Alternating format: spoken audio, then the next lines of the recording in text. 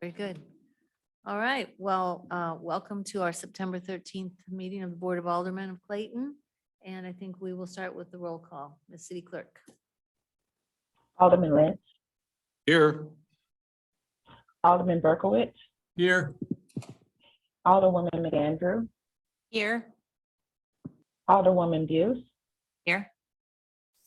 Alderwoman Patel, Here. Alderman Fader, Here. Mayor Harris, Here. City Manager Gibson, Here. City Attorney O'Keefe. Here. Thank you. Very good. And now we'd like to get our minutes from August 23rd approved. Could I have a motion? I will make a motion to approve the minutes on August 23rd. Second. All in favor? Aye. Any opposed? All right, now is the time on our agenda for public requests and petitions. I don't see anybody here other than our staff, et cetera. Gentleman in the way back, are you? Oh, Ben Parumba, okay. Well, do you have something for public requests and petitions for us? Okay. And is there anybody online? Okay, very good. So we'll move on from that. All right, so the first thing on our agenda is exciting news, a CLIA presentation for our police force. All right, good evening, and thank you for having us here tonight. So the Clayton Police Department is accredited through the Commission on Accreditation for Law Enforcement Agencies, otherwise known as CALEA. Our initial accreditation occurred on July 29th in the year 2000. So we've been an accredited agency for 22 years. We were the second municipal agency in the state of Missouri to be accredited. Today there are 42 law enforcement agencies accredited in Missouri, with 9 more going through the initial process. Providing proof of compliance to CALEA standards is an ongoing effort, but every 3 years, assessors from CALEA visit our agency to interview our staff and members of the community to inspect our processes and ensure we are meeting their standards. This past April, we had our on-site assessment, which was actually completed virtually due to COVID-19. Based on the report from the assessors, we were recommended for accreditation for the 8th time. Our accreditation manager, Lieutenant Jack Abel, who's here with us as well, and I attended the CLIA conference in Chicago in July of this year to participate in a review hearing and to finalize our accreditation. So today we were honored to have CLIA Commissioner with us tonight to present us with our certificate of accreditation and to talk about the benefits of accreditation. Dr. Joseph Schaefer is a professor of criminology and criminal justice and associate dean of research in the College of Public Health and Social Justice at St. Louis University. Dr. Schaefer's research focuses on policing, organizational change, leadership, citizen perceptions of police, and future research in policing. So Dr. Schaefer, would you mind coming up? Thank you. Good evening, Welcome. Mayor Harris, Mr. Gibson, Board of Aldermen members, Clayton residents, and guests. Again, my name is Joe Schaefer from St. Louis University and the Commission on Accreditation of Law Enforcement Agencies.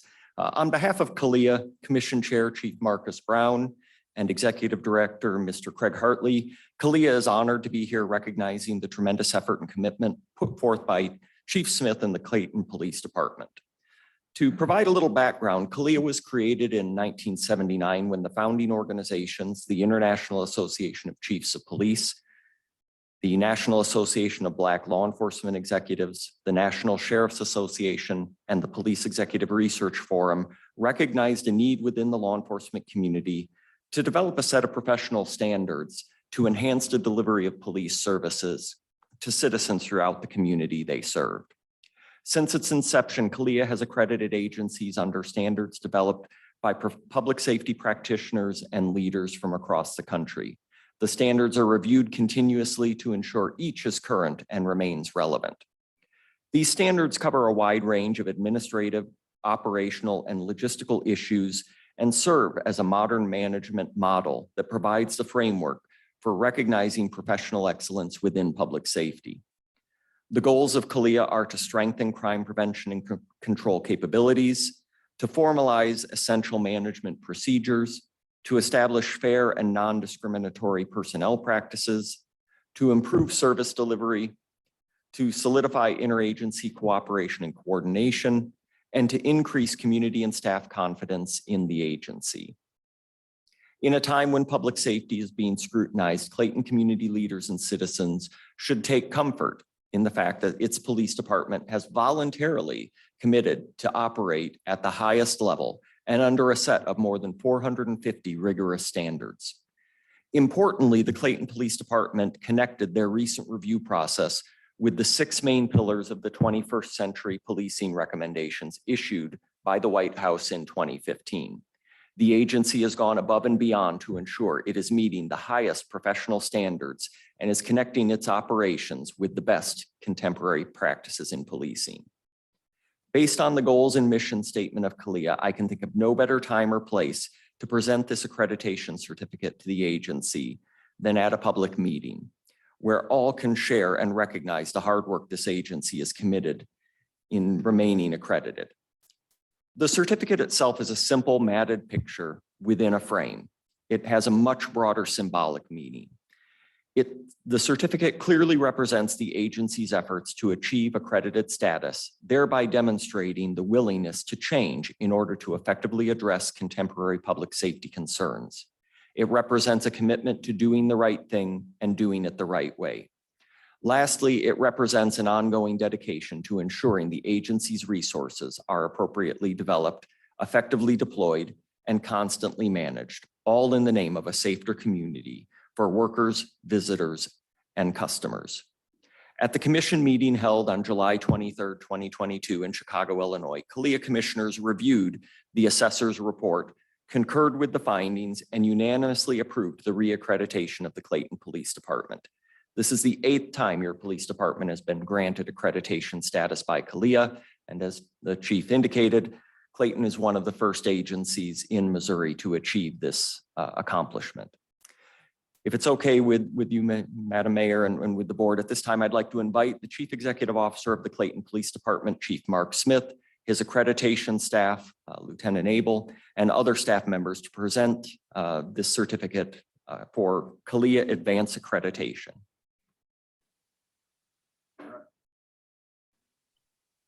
Thank you, sir. Congratulations on the job well done.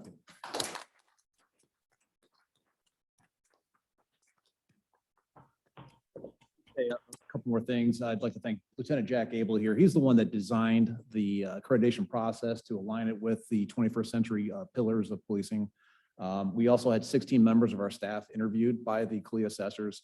So it was a group effort, as well as 9 members of the community from various boards and commissions that we collaborate with. So I want to thank everybody in the community and our staff for getting this done. So And we want to thank you all for all of your hard work and your excellence. Absolutely. Want me now? Yeah, I'll take a picture.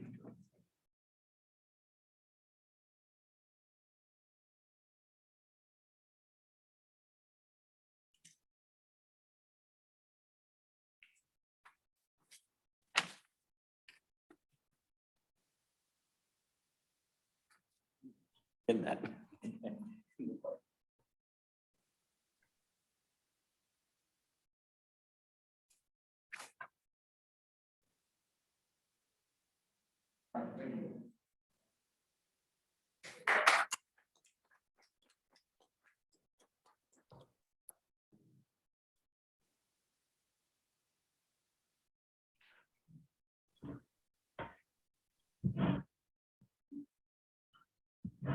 Okay. All right, moving on. We are going into a public hearing. Actually, it's a public hearing that was remaining open from our last meeting regarding the redistricting for Clayton. Yes? Oh, yes, we can do that. Sure. Thank you. Mr. Paramo, would you like to do yours first so you don't have to listen to this entire thing? I'm sorry that I did not think of that, but luckily I have team members that keep me straight. Okay, let me find this. So hang on a second. Let me find that report. So I'm going to skip down to the city manager report. Mr. City Manager, are you ready to give the conditional use permit report for Bar Moro? Yes, so this will be the public hearing, correct? I'm sorry, say that again. We're doing the public hearing for the conditional use permit at this time, correct? Yes, and so I guess And then I we'll do will the liquor open the, license. okay, I'm just turning the page. So I'll open the public hearing and request proof of publication. Great, thank you. All right, okay. Very good. This is a public hearing to consider an application for a conditional use permit transfer submitted by Ben Parimba of Bar Moro LLC restaurant owner to allow for the operation of an approximately 1,009 square foot restaurant to be known as Bar Moro. The previous restaurant known as Billie Jean has been closed for an extended period of time, and therefore staff has decided to present the transfer request to the Board of Aldermen for final approval in accord with the ordinance. The restaurant is proposing to operate in the same manner as the previous restaurant and is not requesting any modifications to the existing CUP.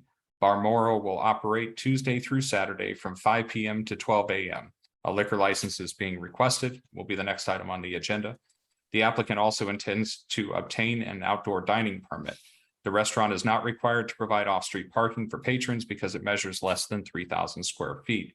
The restaurant is located outside of the CBD and is therefore required to provide employee parking. The applicant has stated they will provide a minimum of 2 parking spaces that are required under the existing CUP. Staff recommends that a conditional use permit transfer for the operation of Bar Moro located at 7610 Wydown Boulevard be approved per the conditions outlined in the resolution. Okay, very good.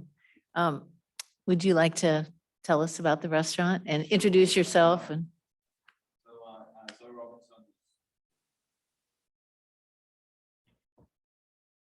I don't think we can hear you.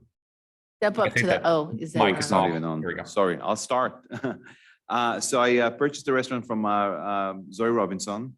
I'm who- sorry, sir. Just for the record, could you identify yourself, please? so the Sure, minutes are this is correct? Ben Poremba. I'm the owner of Benjamin Hospitality Group, and we intend to open a Bar Moro on Wydown Avenue. So as I said, I purchased the restaurant from my mentor, Zoe Robinson. And we don't really intend to do a whole lot other than change a few things and make it a little more mine, if that if that makes any sense. The restaurant is going to have a Spanish Iberian sort of bent in food and in the beverage program. It's a tiny space, so we're really excited to be back in Clayton after a period of time where I was gone. We previously owned Parigi right there on Brentwood Boulevard. So yeah, I mean, any questions? Like to know about what we're serving? I brought a copy of the menu with me Wow. to see it. Well, when are you planning to open? That's the main question. October, October, okay. real soon. Well, I have one question. Yeah. Yeah, And actually having just come from your last wine dining. okay. Where you stress the sustainability of the vineyard where the wines were from. Yeah. I feel almost silly asking this, but we do value as a city sustainability and continuing to move forward with green dining and things like that. And I'm just wondering if you had any. So our restaurant group is a member of the Green Restaurant Alliance. And yes, so to your question, we take that Thank you. seriously ourselves. And we intend to do so here as well. Where would your outdoor dining be? Just right in front of the Right restaurant. in So, front. Okay.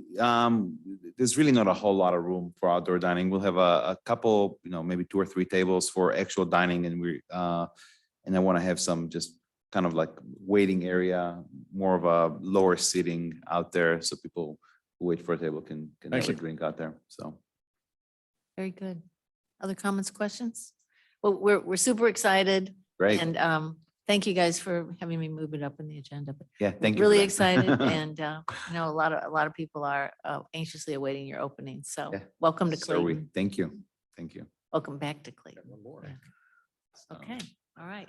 Then All right. You can sit down. if All you'd right, like and great. we'll Thank you. vote. We don't have anyone from the public on the Zoom, correct?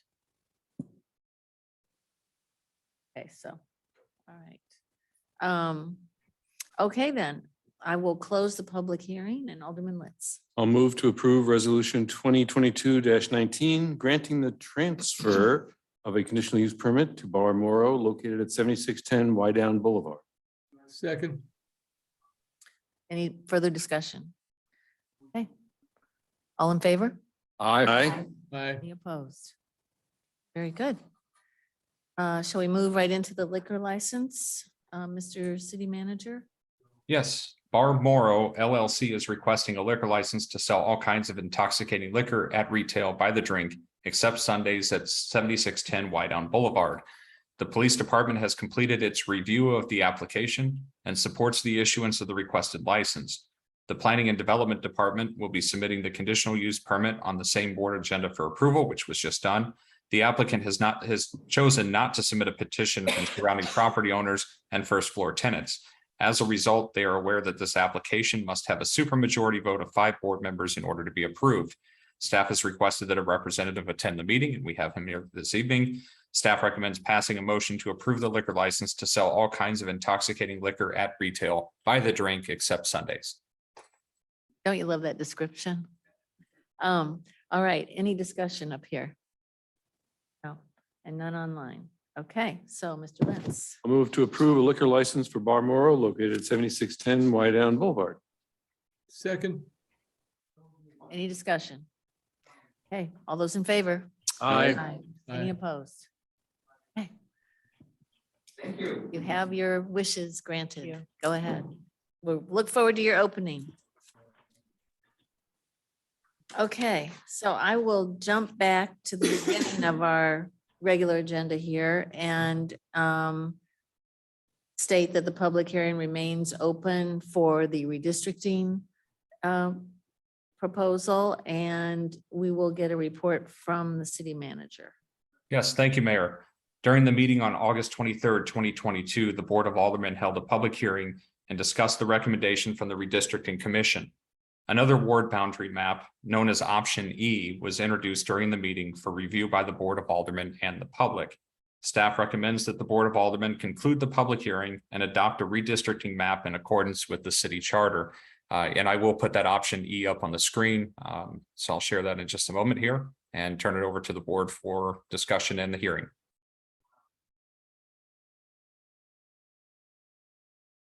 Okay.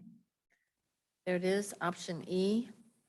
I don't know if there's further discussion by the board. I will ask if there's anybody with their hands raised in the listening audience.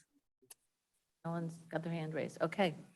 Any discussion here about this option or others? Yes. I guess I just want to make a statement that I do believe that, first of all, again, as we stated last time, we thank the redistricting commission's work, and I think they were onto something. I think perhaps now we're not quite ready for it. Just like with a lot of things we do, there probably needs to be more communication put forward before we get into something that dramatic. And so I think we're going to get there. I think we're going to be looking at changes as all these other residences come into Ward 3. So down the road, we'll probably end up with something looking more like what they proposed, but we're not there yet. It's going to take more communication. We should prepare for it in advance because I think we don't have to wait till 10 years till a census comes out. I don't think. So anyway, I support this particular Option E, but I just think we need to be aware that it's going to change. Thank you. Other comments, questions? Okay, I agree, Rich, and we'll see how things unfold population-wise in the city. There will be changes in all wards, so we'll see how it all works out in a few years. All right, so with that, I will close the public hearing and accept a motion from Alderman Lentz. I'll introduce Bill 6908, an ordinance to accept the proposed boundary adjustment Option E as recommended by, As proposed. to be read for the first time by title only. Second. If I may, I think as currently written, there is no Exhibit A on Bill 6908. So Do I take it that the motion is to introduce Bill 6908 with option E, the map designated option E appended as Exhibit A? That sounds like a good idea. I'd like to amend my motion to suggest that we include an Appendix A, which is option E as Exhibit A. Exhibit A. Second the amended motion. All right. Any further discussion? Okay, Mr. City Attorney. I think I'd be ready by now. It's okay. Bill number 6908, first reading an ordinance adopting new ward boundaries for the city of Clayton, Missouri, and providing for an effective date for same. All those in favor? Aye. Any opposed? Okay, Mr. Lintz. I'll move that the board give unanimous consent to consideration for adoption of Bill 6908 on the day of its introduction. Second. All those in favor? Aye. Aye. Let the minutes reflect the board has given unanimous consent. Then I'll introduce Bill 6908, amended with Appendix A as, which includes option E, to be read for the second time by title only. Second. Any further discussion? All right, Mr. City Attorney. Bill number 6908, second reading and consideration for adoption, an ordinance adopting new ward boundaries for the city of Clayton, Missouri, and providing for an effective date for same. Alderman Lynch, Aye. Alderman Berkowitz, Aye. Alderwoman McAndrew, Aye. Alderwoman Vuse, Aye. Alderwoman Patel, Aye. Alderman Fader, Aye. and Mayor Harris. Aye.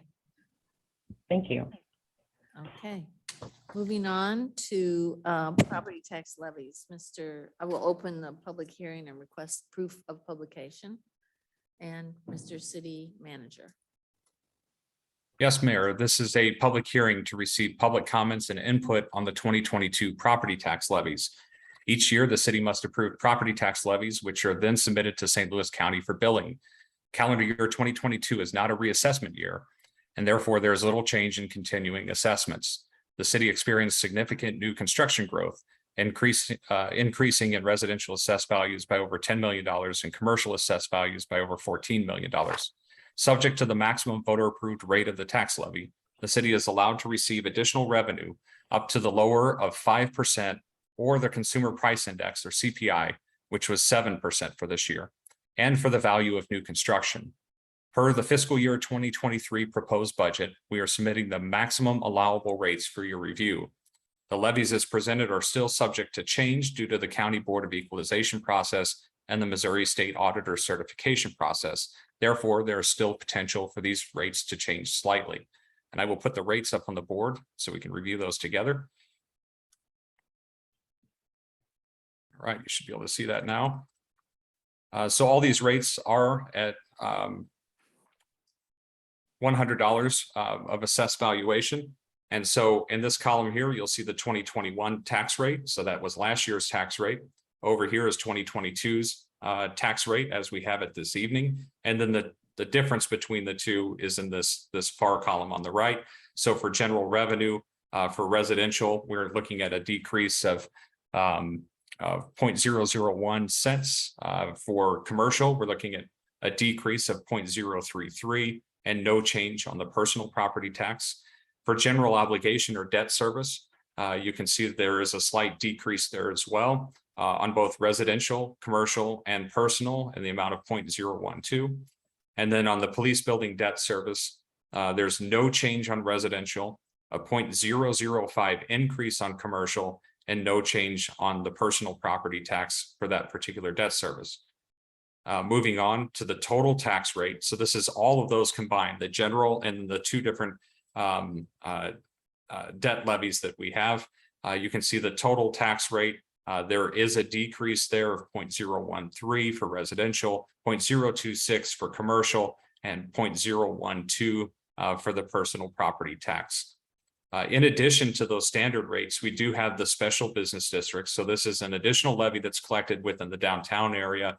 The funds that are received are then used for economic development and events to help downtown economically. And so you can see here, there's a slight increase to the residential and commercial rates within the special business district. And when I say slight, it's extremely 0.003 for residential, 0.001 for commercial. And then within the special business district, when you add those SBD specific rates to those general rates, you can see for residential, you're looking at a 0.010 decrease overall, and for commercial, a 0.027 increase. So we do recommend that the Board of Aldermen conduct a public hearing and have first reading of an ordinance setting the annual property tax rates for calendar year 22, which actually hits fiscal year 2023 at the rates referenced in the memorandum. Okay, very good. Any discussion, questions or comments? Yes, Rich. Since you didn't go over this and just remind me, because I know I used to know the answer to this. The recoupment process is outside of this, of setting the rates. Is that correct? In other words, we can go back and recoup some of the tax that we didn't get, but that doesn't have any effect on the rates that we agree on. That's correct. And we have done that in the last few years. I think we weren't doing it for a while, correct? I'll have to check with Karen to see if she has the answer. I believe Karen Dilber, our Director of Finance, is in the room there tonight. She may have a better idea of past recoupment. Just lit up as soon as I walked up here. Thank you. We have been doing the recoupment for the last few years. We did the calculations for the recoupment this year, and it was so small that there's really Okay. nothing to recoup. Okay, thank you. Thank you, Karen. All right, and are there any, does it look like there are any questions on Zoom? All right, A then question. oh, I'm sorry. Yeah, sorry. Can you, so I understand in concept that we are limited in how our revenues can increase by the state of Missouri. And that's why, in fact, the tax rate often goes down. That's how I understand it, like the way we see the decrease on the residential side. Is there an easy way to explain why the residential went down and the commercial went up? So it all has to do with the valuations for those particular types of tax. So what we do is we look at the total valuation of all the residential in the property or in the city. And so when I say residential properties, we're talking about existing. So new construction is a totally different thing. So we look at the assessed valuation of all the existing residential in the city. That can only increase by 5%. That's our cap this year because CPI exceeds 5%. So that's the maximum that we can get. So we look at what that 5% increase works out to from a property tax basis, and then we have to roll it back. From a commercial standpoint, let me pull this up so I can take a look real quick. There is a very slight increase there, which means that the valuations would have gone down slightly to build a little more room in there for that rate to increase. So we are still well below our tax cap that was established by the voters back in the 90s. So you will see some fluctuation there, but it has to deal with the assessed valuation for that particular category or tax type. Does that make sense? I think so. Is it Answer that fair to clearly? say that that means like the assessed value of commercial real estate in Clayton has not increased as much as the residential has, for example, or as much as the CPI would allow us? That's correct. Let me, Yeah. I'm going to go back to a screen share here.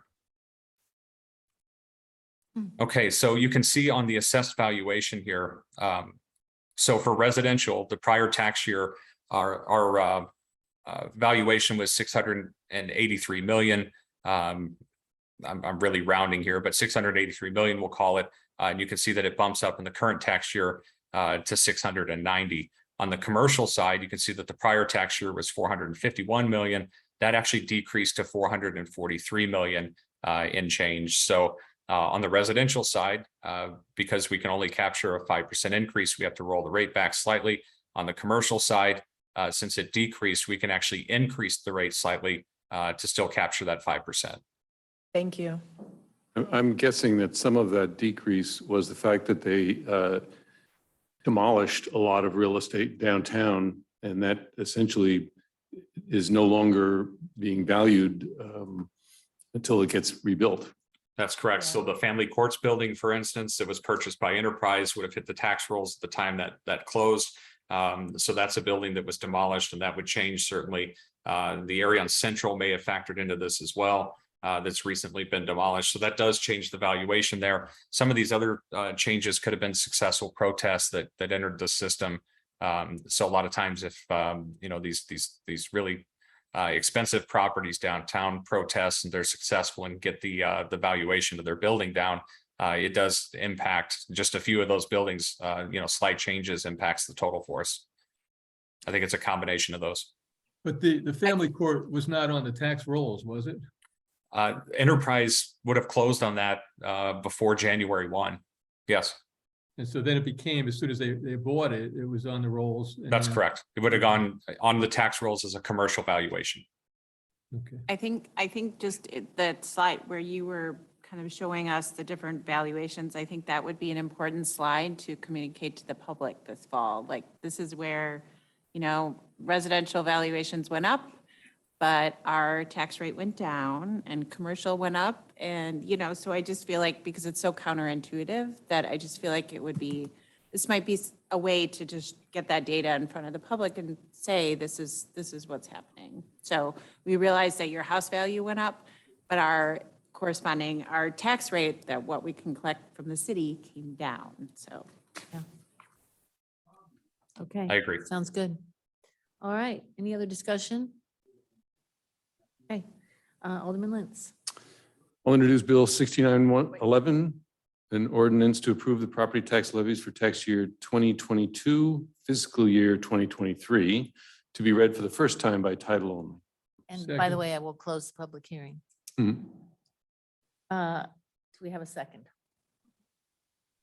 I Second. second, yeah. Okay, great. Further discussion?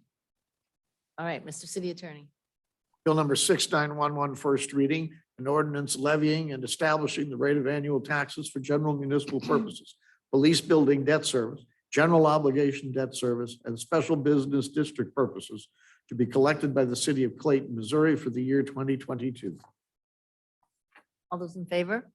Aye. Aye. Any opposed? Very good. Now we will be looking at the operating and capital improvement budget, and I will open that public hearing and request proof of publication. Mr. City Manager. Thank you, Mayor. This is the fiscal year 23 budget public hearing. I'm going to start by going over a few of these slides. It's not going to be in as much detail as what we've gone through with the work session, but just wanted to give the public an idea of what's included in the budget this year. So I'll go through this briefly, and then we'll open up the hearing and take questions. So on the general fund, again, just looking at this graph to look at trends, you can see we're at that point again where expenditures, which is the green line, is certainly outpacing revenue, which is the solid blue line. We're talking again about the general fund here. There is a dash line underneath it.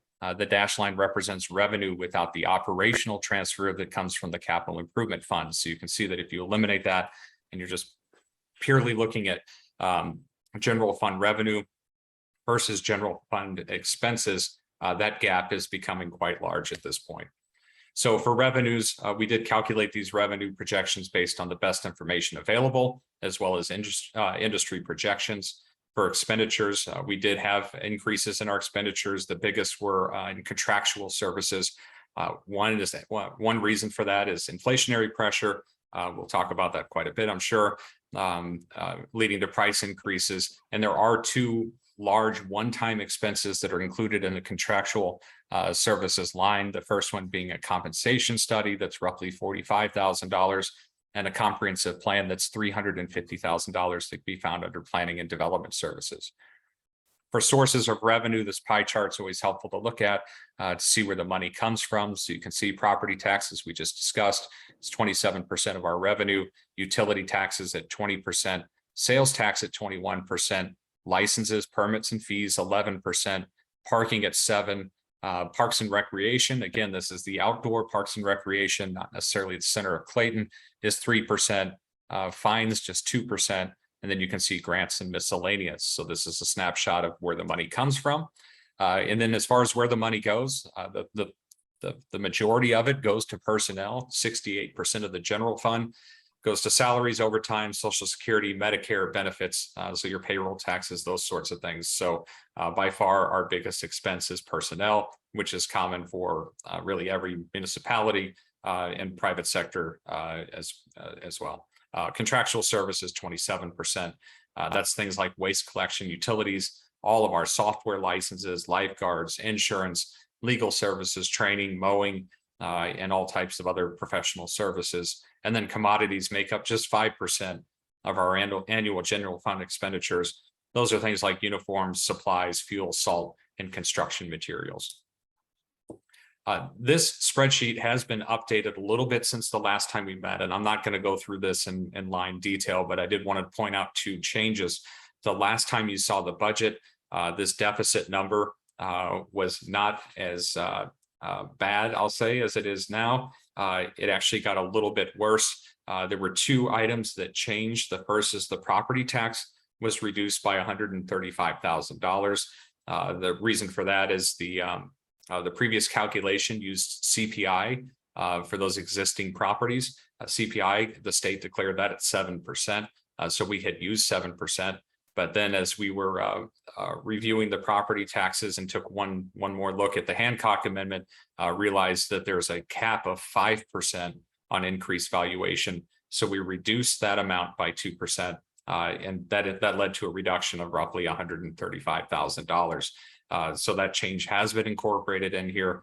I'm glad we caught that. Certainly, I've not worked in any period of time over the last 18 years in local government where inflation has outpaced that 5% cap, so it was never really an issue. But anyhow, we've made that adjustment. The second one would be the increased pension contribution. This relates to the change that was made in our long-term interest assumption. We had reduced that assumption from 7% down to 6.75%. So that's a change of about $165,000 in increased pension contributions for the uniformed plan. So all said, I'm speaking approximately here. We're looking at around $300,000 in increased deficit based on that reduction in revenue and increase in expenditure. So just looking at the bottom line here, 2.2 roughly $1 million for our deficit. You can see that our estimates here compared to the last fiscal year's approved budget, a 6% overall increase in revenues, an 8% overall increase in expenditures.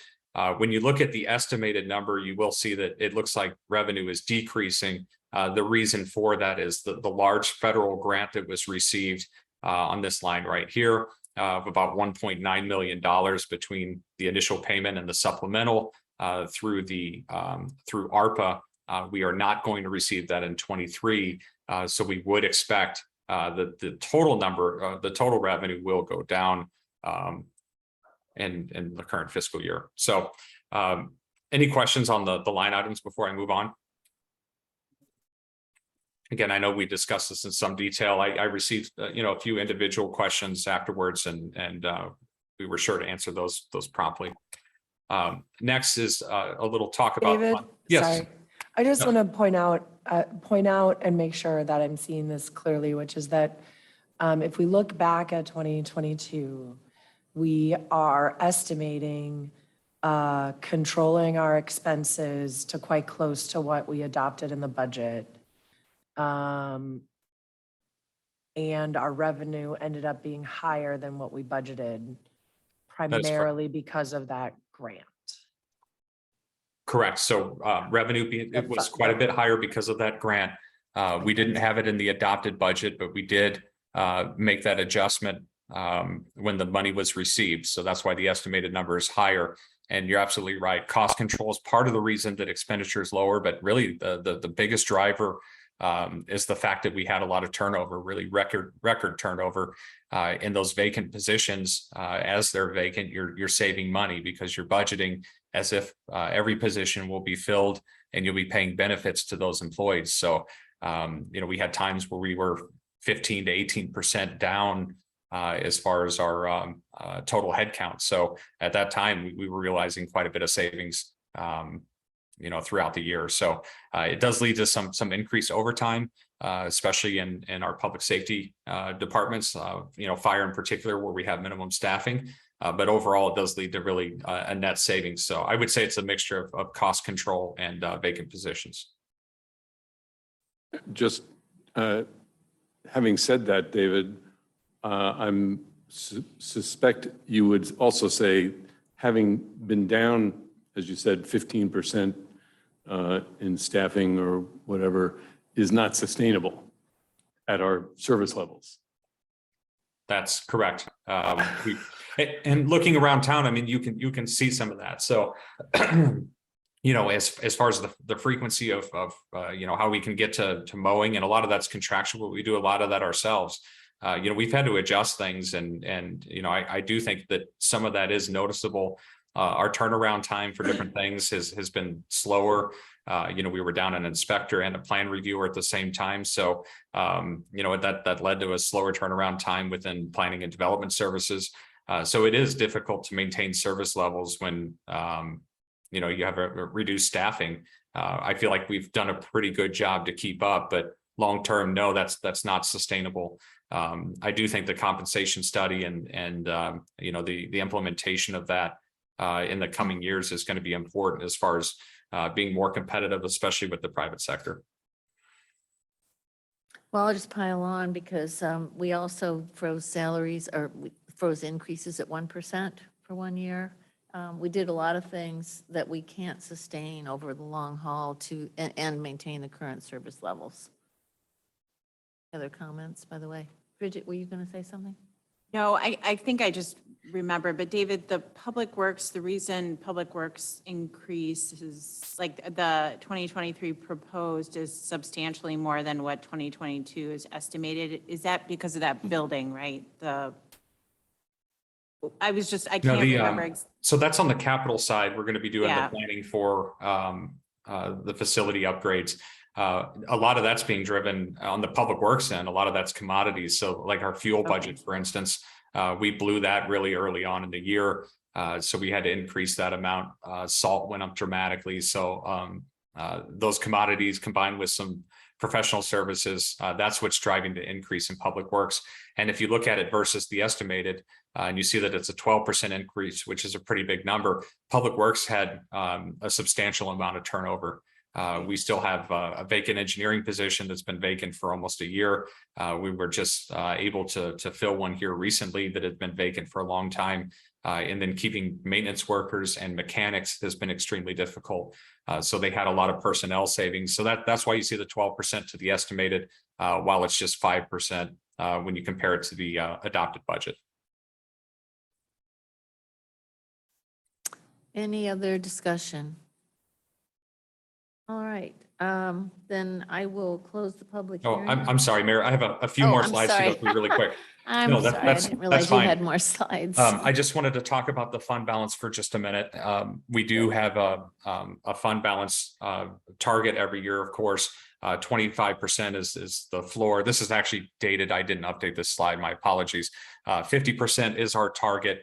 40% is an action threshold where the city will immediately implement steps to prevent us to getting to 25%, which is our floor. But our unassigned fund balance, again, is the remaining amount in a single fund at the end of the fiscal year, less commitments and restrictions.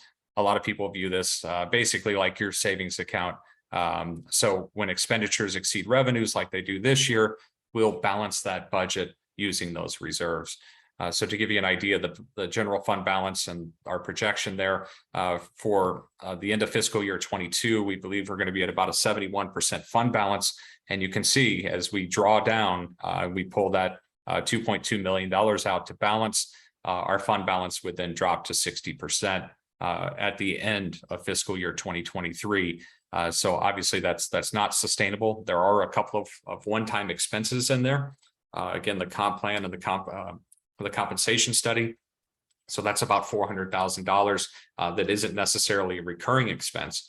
But even if you subtract those out, if it's a $1.8 million deficit of recurring expenses, we can only do that a few more times before that 60% number really gets down into an undesirable area.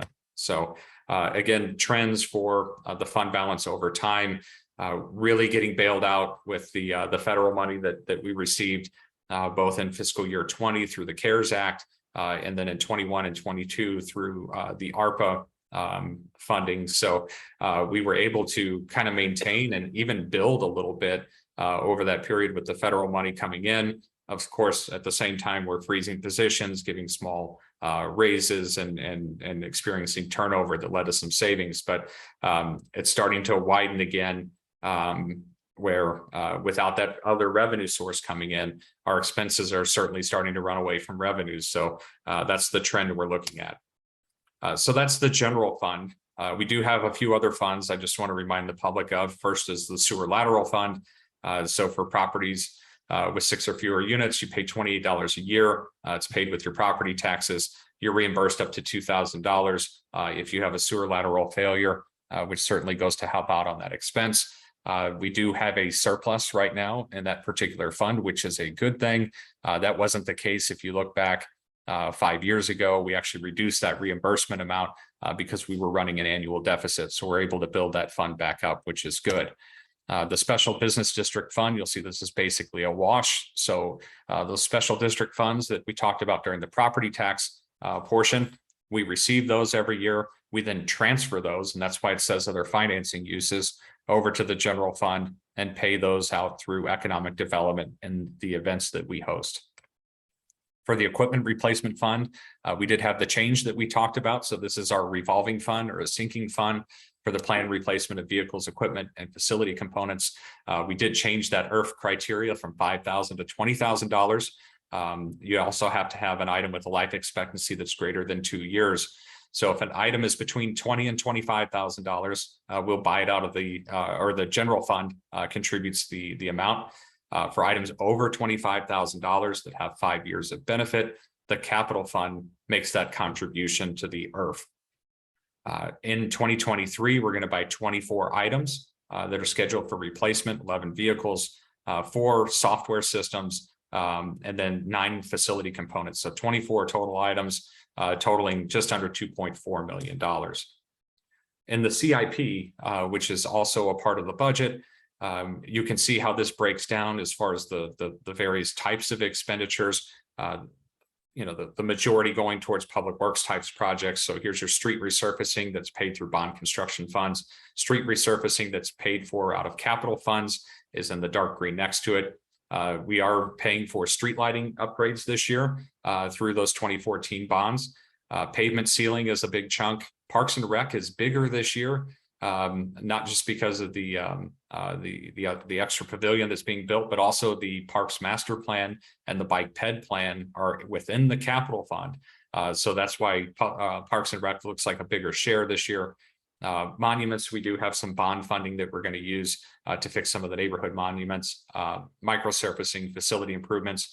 That slice of the pie is that study that will be done for the municipal garage, the start of the design there. And then you can see curbs and sidewalks is a smaller amount. Here's the list of funded capital projects that have been approved by the board.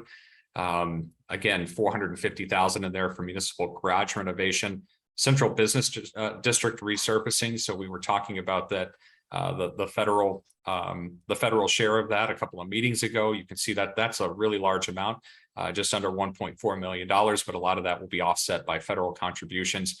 And then up here, you'll see Maryland Park, where we've applied for the additional municipal park grant. So those are some of the bigger items that you see within the capital fund. We do have 3 debt service funds. The 2019 bond issue, this was recently refinanced just a couple of years ago. This is a property tax levy. So this was part of that previous discussion. This is for the police facility, and then parks and stormwater sales tax for center renovation. That's what those funds went to. The 2021 special obligation bond refunding, again, we received some savings through that refunding last year. That is for police headquarters renovation and also parks and street improvements. And then the 2022 general obligation bond, this one was also refunded at the beginning of this past fiscal year. And that's for street and alley resurfacing and also street lighting.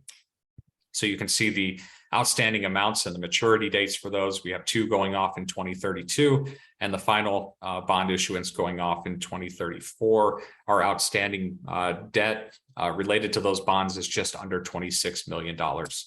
So that's the annual budget in a nutshell. I'm happy to take any questions you may have, and we still need to hear from the public as well.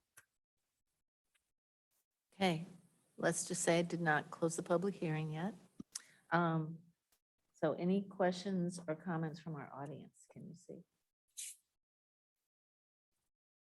Okay, nothing there. And so, board, do you have any other discussion for us? No. Yes. I think we had a couple questions. We asked for more information on the increases in city administration, which we got over email, right? So I want to verify my reading of that is that the only personnel add was an intern in communications budgeted at 8,000, I think it was. That's correct. That's the only new expense. Now, there were some expenses that were added in 2022 after the budget was adopted.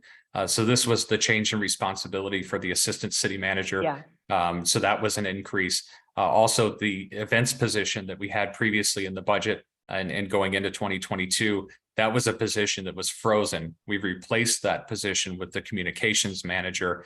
So that was a zero. If you look at the 2022 adopted budget, that has the full salary in there for 2023. So that position was unfrozen, and there was a little bit of an increase when we made that change. The other thing that happened in 2022 is there was the communication specialist position that split with CRSWC. That was moved from the parks budget into the city manager office. So while the overall amount doesn't change much to the general fund, it does change where it's accounted for from parks over to city manager. So that's what's driving that increase. Again, the only thing that's new this year, as you stated, is the marketing intern at 8,000. Thank you. I believe, I thought that we asked for, and if we were sent and I missed it, whether we could get the information on the property tax revenue, the value of the property tax revenue from new construction. Like, what are we anticipating to come on the rolls in 2023 from new construction? I feel like that's a question we get a lot, and it would really help me understand if it's like, 10,000 or 100,000 or $1 million, right? Okay. I can send that out over email between this meeting and the next one. So you're looking for revenue, property tax revenue attributed to new construction for fiscal year 23, correct? We do have that estimate, so I'll get that out to you. While you're at it, you might as well give any projections for like over 3 years or something. Oh, with the existing projects and their timing? Yeah. Yes. And this is something that Gary Carter and the finance department, they work together on every year to try to figure out what we should anticipate. So we will email that out. Great, thanks. Else that we need to follow up on? All right, so I think we have no comments from the at-home audience and no further discussion here. So now I will close the public hearing, and Alderman Lentz. I'll introduce Bill 6912, an ordinance to approve fiscal year 2023 operating and capital improvement budget to be read for the first time by title only. Second. Any discussion? Okay. Mr. City Attorney. Bill number 6912, first reading, an ordinance adopting an annual budget for fiscal year 2023, commencing on October 1, 2022, and appropriating funds pursuant thereto. All those in favor? Aye. Aye. Any opposed? Okay. I just want to, remind the listening audience mainly that the property tax levies and the operating and capital improvement budgets only had first readings tonight. And so it'll give a lot of time for thought and further questions. And we will have our second readings at our next Board of Aldermen meeting. Okay. Next here we have the CRSWC budget. Mr. City Manager. All right, thank you, Mayor. All right, let's see, get this here. All right, so the Board of Aldermen has been provided the proposed fiscal year 2023 CRSWC budget for the Center of Clayton. The budget includes revenues and expenses for the period October 1, 2022 through September 30th, 2023 for the three CRSWC funds, which are operating, equipment replacement, and capital. The Clayton Recreation, Sports, and Wellness Commission, or CRSWC, considered this budget on August 26, 2022, and approved it as proposed. On September 7th, 2022, the budget was presented at the joint meeting of the Board of Aldermen and the Board of Education. For Fund 80, which is the operating fund for CRSWC, the revenue projection targets an increase over fiscal year 2022 end of year estimates of 18.46%, which amounts to $2.9 million roughly. The significant sources of revenue, 91.2% of it, will continue to be from the sale of memberships, daily passes, and programs. Additional revenue in the amount of 8.8% of that is generated through rentals, food service, and other miscellaneous income. Although the Center of Clayton is still rebounding from the COVID-19 pandemic, the substantial membership fee increase for fiscal year 23 has been included in the budget. Membership fees were last raised in fiscal year 19. The CRSWC approved a 12% rate increase to membership and daily fees effective October 1st, 2022 at its May 20th meeting. Total expenses are projected to increase by 12.26%, amounting to $3,327,000 in fiscal year 2023, compared to the fiscal year 2022 estimated year end of just over $2.9 million. So again, a 12.26% increase in expenditures. The increases are a result of increased personnel expenses related to full-time and part-time staff, as well as the increased cost of supplies and contractual services, lifeguards being included there. The fiscal year 23 budget includes raising the minimum pay rates for all part-time positions to $15 per hour on January 1st, 2023. The budget presented continues to hold on filling two full-time positions in CRSWC. One is a maintenance position, the other one a recreation position. And staff will continue to monitor those positions as operations return to pre-pandemic levels. Overall, the operating fund reflects an 18.46% increase in revenue over fiscal year 22 estimates, and a 12.26% increase in expenditures over the fiscal year 2022 estimates. The operating fund is projected to end with a fund balance of negative $429,809 in fiscal year 2023. So for Fund 81, which is the equipment replacement fund, the proposed budget includes cash payments for fitness equipment, including the annual replacement of cardio equipment for a total expense of $27,000.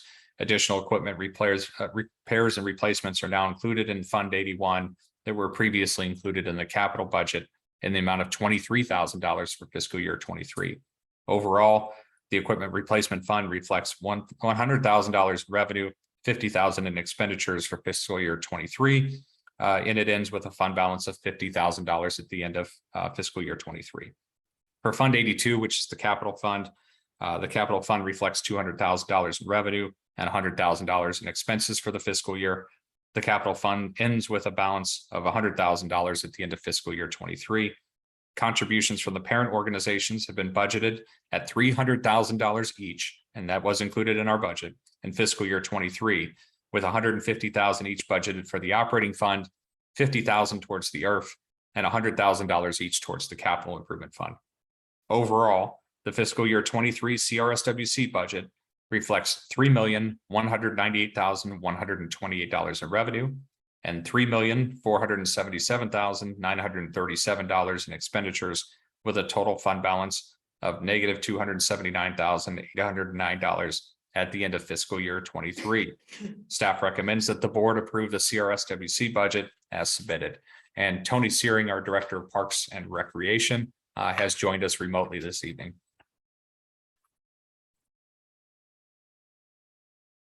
All right, thank you. I'll open up the discussion. Any questions or comments from the audience? Okay, how about from our board, questions or comments?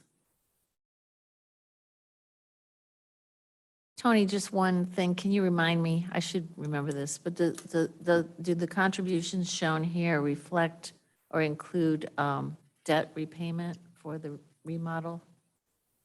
No, because the city and the district finance that on their own. So the CRSWC is not paying the debt carrying the debt service. So the total outlay from the city annually right now is, including both things, would be roughly 280, 140, 440,000. Sorry, I had math in my. That's fine. Okay, yeah, thank you. Okay. All right, any other comments, questions? All right, Alderman Lentz.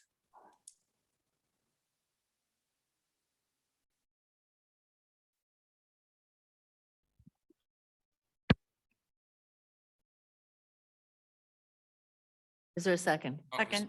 Spike might have been off, but I'm sure you Any got it further there. discussion? Second. All right, all those in favor? Aye. Aye. Any opposed? Sorry, I didn't have my microphone. Aye. All right, Tony, you got your budget. Thank you. I appreciate it. Okay. I think that concludes our business. And Mr. City Manager, is there anything else business-wise that we need to discuss? Not this evening. Okay, very good.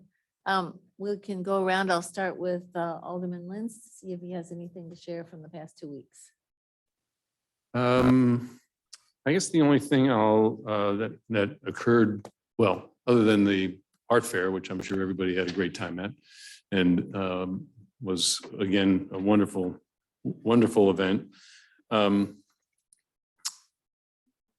In our continuing effort to revitalize Sustainability Committee, Becky and I have been each calling the members individually and getting ideas, listening to them as to what's working, what's not working, and in effect, getting their commitment that they are committed to it. And so we've met with the chair and presented some ideas to him as to how we might be going forward. So we're working on it. This is something that we keep talking about, and hopefully we're getting some ideas on how to move this forward in a little better fashion. We've got a couple of action items that we hope will be taken care of that will get us involved in some work with WashU and some other things. So we're moving along. More to be continued, though. Well, thank you That's for your diligence. Alderman Alderman Berkowitz, do you have anything from the past couple weeks that you'd like to share? Well, we did have an ARB meeting early last week. We had about, 14 or 15 items on it. And I will say thank you to Steve Lichtenfeld for actually completing them in record speed, since it only took about 2.5, 3 hours. But it wasn't anything of note for me to report, so I'm not going to report on that.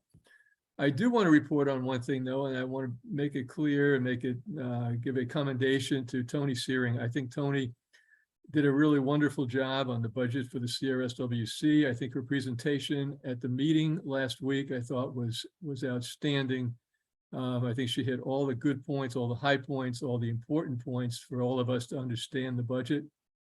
And so I'd like to just give a shout out to Tony for doing a really good job last week. Other than that, I don't have much to say. Okay, very good.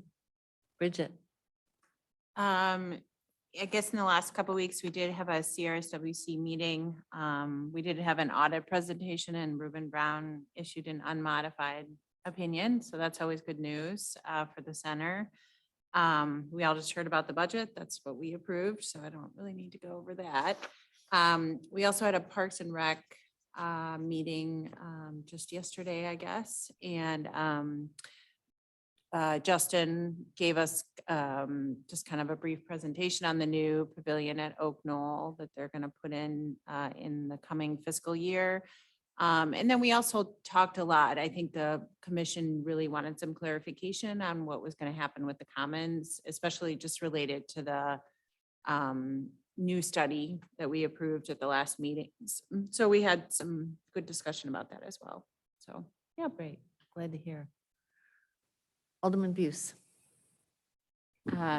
Bridget covered that Parks and Rec very well. And we also had an Equity Commission meeting, and the topics there, again, looking through that, slowly making our way to have all the restrictive covenants taken care of. There's some neighborhoods still that don't have anybody to act on it. Not sure what's quite there, but David and Gary and everybody's been really great in working to get that done. The discussion primarily was on housing and diversity in housing stock, and a resolution was presented that will come to the board probably, I don't know when, probably maybe our next meeting. So there's still a lot of interest in that. Good. Becky. Thanks. Other than what has already been reported, I had something. We can come back to you. Yeah. Okay, that's fine. Alderman Fader, do you have anything for us? Great art fair. And I agree with the comments about Tony's presentation at the joint meeting. It was terrific. I thought one thing I might mention, sort of an unsung body in our city, is the Board of Adjustment.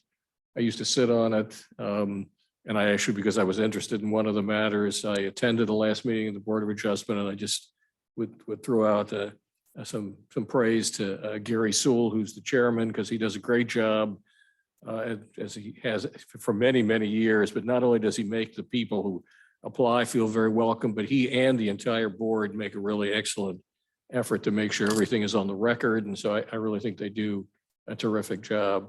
And the other thing I would just observe is, since it's been 3 weeks since our last meeting, I realized that during that period was the first anniversary of my being sworn in to this board, because it was at the very end of August. And I just want to take the opportunity to thank everyone. As I've said before, I'm sorry that it was Dan Sokol's death that opened up this opportunity for me, but I appreciate the opportunity to, be part of the city and hopefully do the kind of job that I think Dan was doing as a terrific alderman.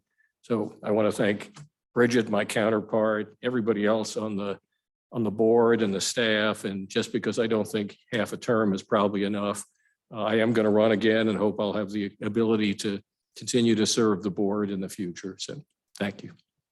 Very good. Well, congratulations on year 1. Thank you. I remembered that I was Oh. just going to pile on commendations to the Parks and Recreation Department, as we have begun youth soccer. And I'm an assistant coach on a 7th, 8th grade girls team. And both Patrick McGee and David Willie have been very present, supporting the beginning of the practices and games. And I was especially thrilled to have 2 refs at our first game, because last year we only ever had 1 ref. And some games, like of the younger ages, had none. And so I know that's been a big improvement in terms of staffing, and they're doing a great job. So thank you. Great. Okay, I don't have a lot. I will say that I've heard some preliminary numbers around the art fair, which is that it's believed that it will be a record year for beverage sales, which is an indicator of all things. But I think their head count they're viewing as probably equal to a prior record year. And the artists I talked to, which were a lot of artists. I tried to visit almost every booth this last weekend. They seemed very, very happy with the results. And of course, the weather cooperated. So that was awesome. I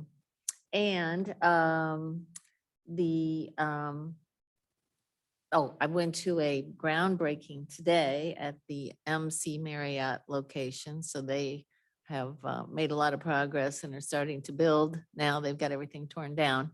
And so we had a big to-do about with shovels and helmets and all that good stuff. And you may see it somewhere in the news. They had a lot of media and they made a big deal out of it. Anyway, it was very exciting. They're very happy to be here. And Midas, who's involved with some other projects here in Clayton, is a big part of that project as well. So they're really putting a stake in the ground in Clayton here. Just a minor thing maybe, but I think it's important. The president of the Board of Education, Amy Rubin, and myself have reinstituted the Board of Education, Board of Aldermen breakfasts. So you'll start seeing that pop up on your calendar.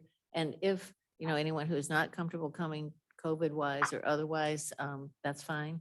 So we'll just get the people that want to come and we'll start having a more frequent communication between the two boards, which I always thought was very valuable and which COVID kind of ended for us. So that is all I have. And I think we can take a motion to adjourn. I'll move to adjourn. Second. All those in favor? Aye. Any opposed? Okay, thank you all. Thank you.